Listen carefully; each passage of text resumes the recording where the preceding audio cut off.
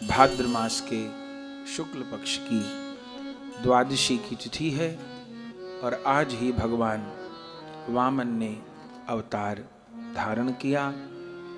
मध्याह्न के समय श्री वामन भगवान प्रकट हुए हैं और भागवत जी में कथा वर्णित है। कश्यप ऋषि ने अदिति जी को पयोव्रत का उपदेश दिया। कश्यप कौन है?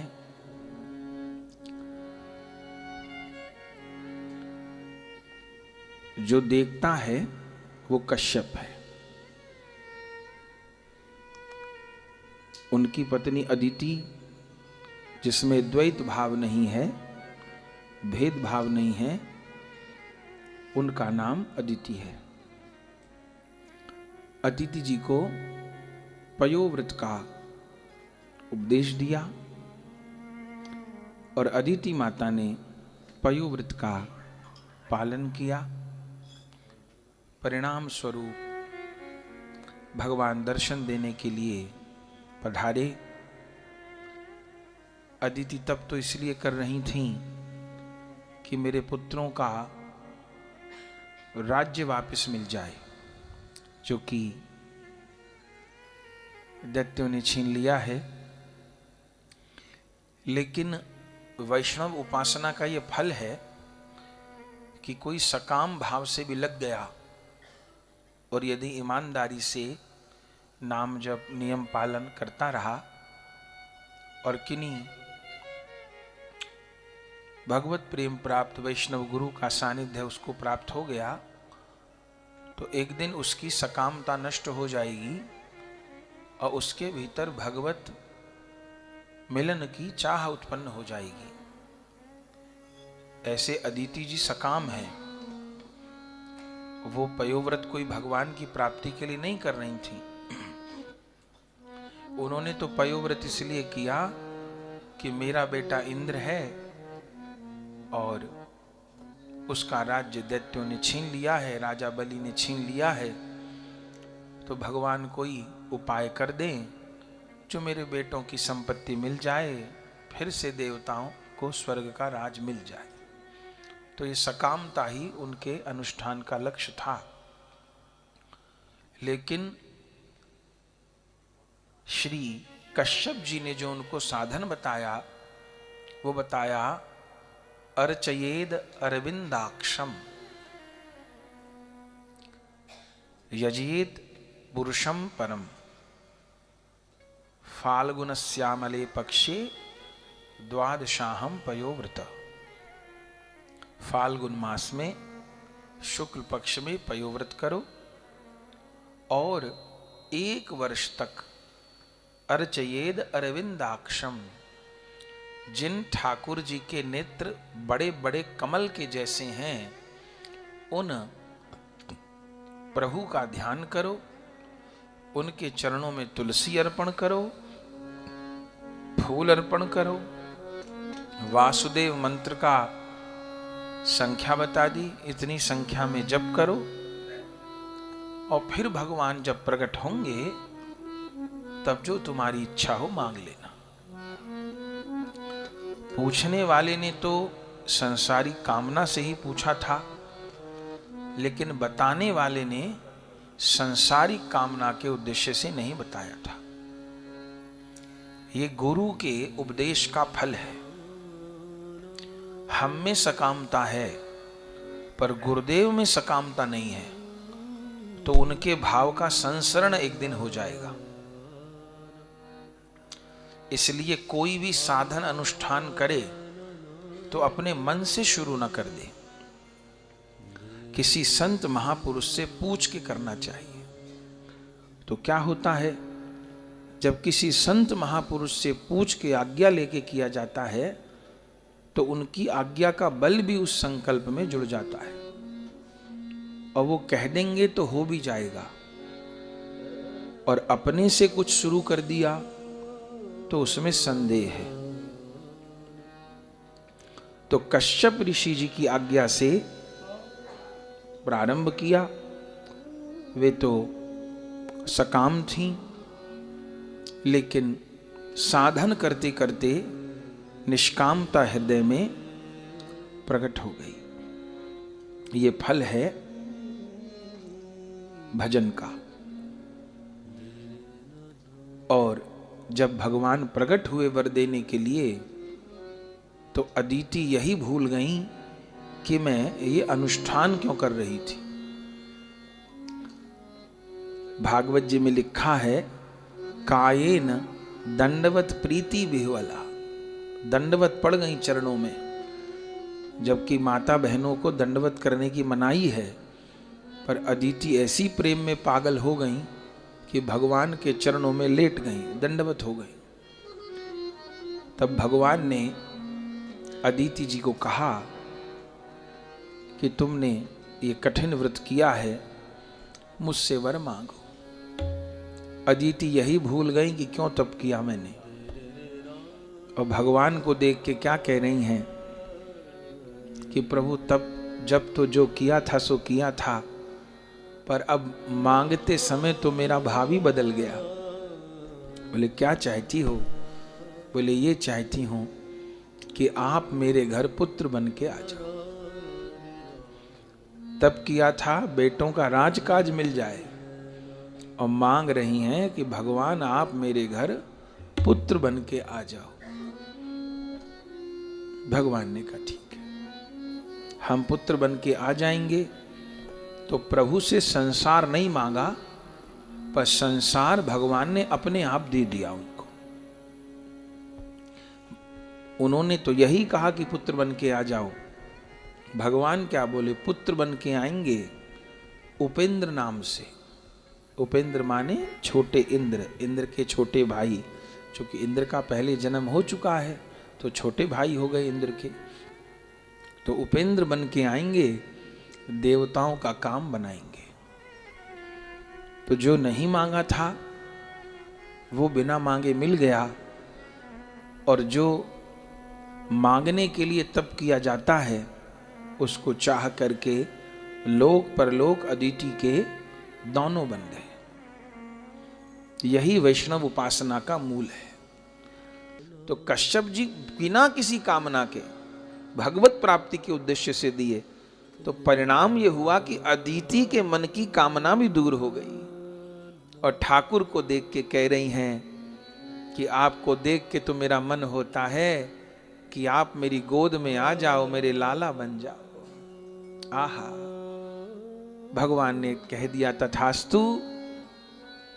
शुभ समय में अदिति मैया ने गर्भ धारण किया, और फिर आज के दिन, आज जो प्रारंभ में कीर्तन किया, वह उस कीर्तन में सबरी लीला कह दी। आज के दिन, आज हरि वामन रूप बनाए, आज हरि वामन रूप बनाए। गौर कथा तो होनी है, संध्या वाले सत्र में होगी, पर जो तिथि है पहले उसका पालन।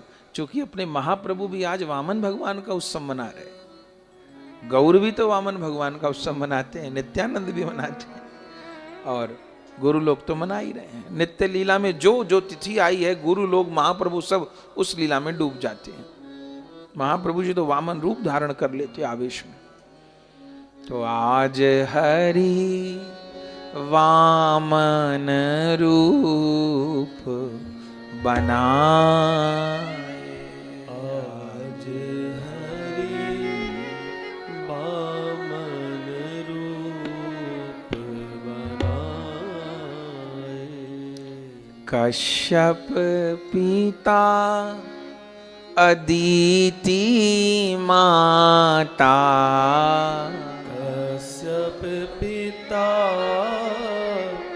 अदिति माता। कितने बड़े हैं ठाकुर जी जानते हैं? 52 अंगुल उतने ही बड़े, उससे बड़े नहीं होते, एक ही बार बड़े हुए बस। 52 अंगुल अति मृदु गाता, 52 अंगुल अति मृदु गाता, आज हरि दर्शन दे मुस्काए, आज हरि दर्शन दे मुस्काए।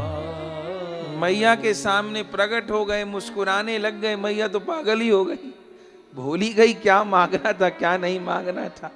वहां ठाकुर की मुस्कान देख के होश रहेगा किसी को क्या, भूल ही गई। तब देखा तिथि कौन सी है, जैसे बालक का जन्म होए ना तो डॉक्टर भी अस्पताल में डेट टाइम सब बर्थ सर्टिफिकेट देता है। तिथि देखी, कौन सी थी? भाद्र मास शुभ सुदी द्वादशी, भाद्र मास शुभ सुधी द्वादशी, मध्याह्न प्रग ते हैं बाल शशि।